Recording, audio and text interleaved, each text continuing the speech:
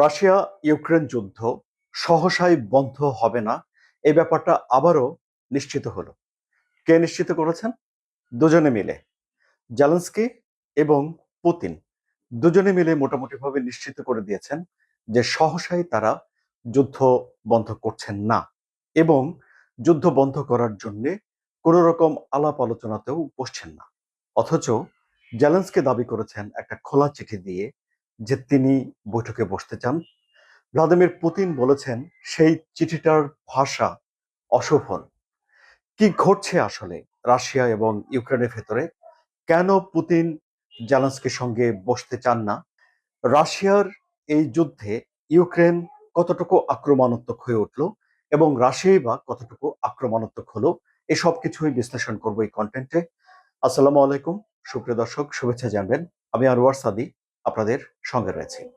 এই যে Vladimir Putin মানা করে দিয়েছেন যে তিনি জেলেনস্কির সঙ্গে বৈঠকে বসবেন না, এটি তিনি করেছেন একটা ইকোনমিক ফোরামের সম্মেলনে বক্তৃতা দেওয়ার পর সাংবাদিকরা তার মুখোমুখি হয়েছিলেন এবং সাংবাদিকরা তাকে প্রশ্ন করেছেন। সেই প্রশ্নের পর ভ্লাদিমির পুতিন বলেছেন যে তিনি জেলেনস্কির সঙ্গে বৈঠকে বসার কোনো রকম প্রয়োজন বোধ করছেন না। এর আগে এই যে বৈঠকের যখন আয়োজন চলে, ঠিক ওই সময়টিতে আজব সাগর এবং অধিকৃত উপকূলে রাশিয়ার অঞ্চলে, রাশিয়া যেগুলো দখল করে নিয়েছে, সেখানে 5টি জাহাজে ড্রোন হামলা করেছে ইউক্রেন।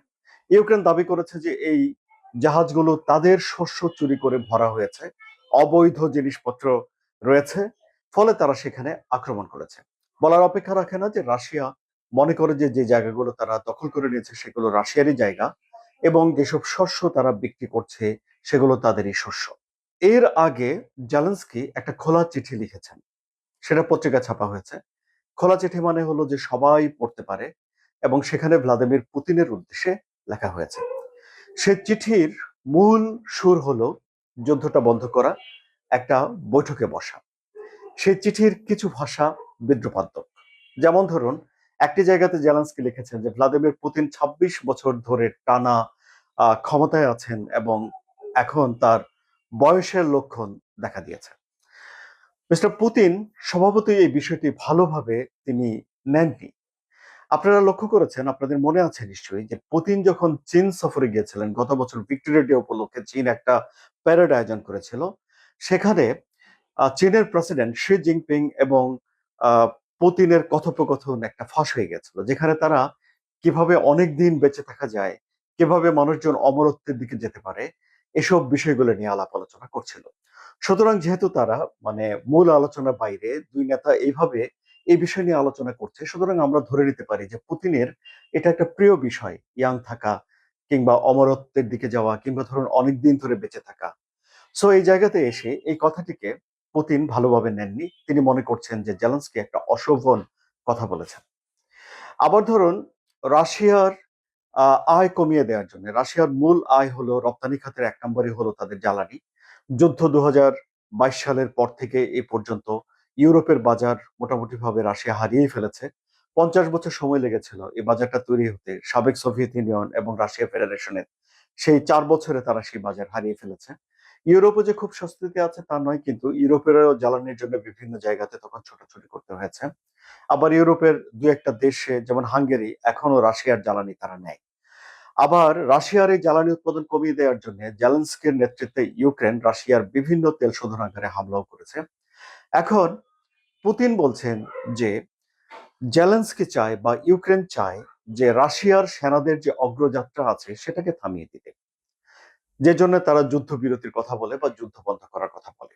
কিন্তু পুতিন চান যে একটা সমঝোতা হোক, সেটা ১৫ দিনের জন্য নয়, ৩ মাসের জন্য নয়, ৩ বছরের জন্য নয়, আজীবনের জন্য একটা সমঝোতা হবে। সমঝোতার নামে তিনি যেটি বলেন সেটি হলো যে রাশিয়া যেসব শর্তগুলো দিয়েছে সেসব শর্তগুলো যেন ইউক্রেন মেনে নেয়। যতক্ষণ পর্যন্ত রাশিয়ার শর্ত ইউক্রেন মেনে না নেবে, ততক্ষণ পর্যন্ত এই যুদ্ধ বন্ধ হবে না। এটি স্পষ্টই মিস্টার পুতিন বলে দিয়েছেন। শর্তগুলোর মধ্যে রয়েছে যে দনবাস অঞ্চল পুরোপুরি রাশিয়াকে দিয়ে দেওয়া। দনবাসে এখনো ইউক্রেনে যেসব সেনারা রয়েছে তারা সরে যাবে। ইউক্রেন ঘোষণা দিয়ে বলবে যে তারা ন্যাটোভুক্ত কখনোই হতে চাইবে না। তাদের সেনাবাহিনীতে সদস্যের সংখ্যা এখন ৮ লাখের মতো আছে, এগুলো কমিয়ে 6 লাখের মধ্যে করবে, এর চেয়ে বাড়াবে না। অর্থাৎ এই ছোট সাইজের সেনাবাহিনী নিয়ে থাকবে। ইউক্রেন কখনো মাথাচাড়া দিয়ে উঠবে না রাশিয়ার পাশে দেশ হিসেবে। কিন্তু ইউক্রেন, ইউরোপ এসব বিষয়গুলো মানতে চায় না। ফলে যে এই যুদ্ধ বন্ধের কোনো পরিবেশ পরিস্থিতি এখনো তৈরি হয়নি। কিন্তু পুতিন বলেছেন যে এই চিঠি না দিয়ে বরং এখন বিশেষজ্ঞদের কিছু সুযোগ দেওয়া উচিত, তারা কাজ করুক। তিনি মনে করেন যে একটা যুদ্ধবিরতি হওয়ার আগে অবশ্যই আলাপ আলোচনা দরকার আছে, বৈঠকের দরকার আছে।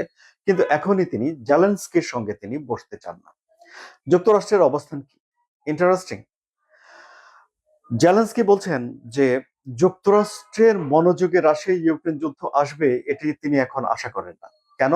কারণ যুক্তরাষ্ট্র কিন্তু তার নিজস্ব যুদ্ধ নিয়ে ব্যস্ত আছে ইরানের সঙ্গে। কিন্তু মার্কিন প্রেসিডেন্ট ডোনাল্ড ট্রাম্প বলেছেন যে হ্যাঁ, ভালো, যদি দুই নেতা একটা বৈঠকে বসতে পারে জেলেনস্কি এবং পুতিন, তাহলে তো এটি বেশ ভালো।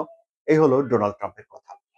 ফলে রাশিয়া ইউক্রেন যুদ্ধ ঠিক কবে বন্ধ হবে তা নিশ্চিত করে বলা যাচ্ছে না। সুপ্রিয় দর্শক, আলোচনা কেমন লাগলো? যদি ভালো লাগে তাহলে লাইক দিন, কমেন্ট করুন।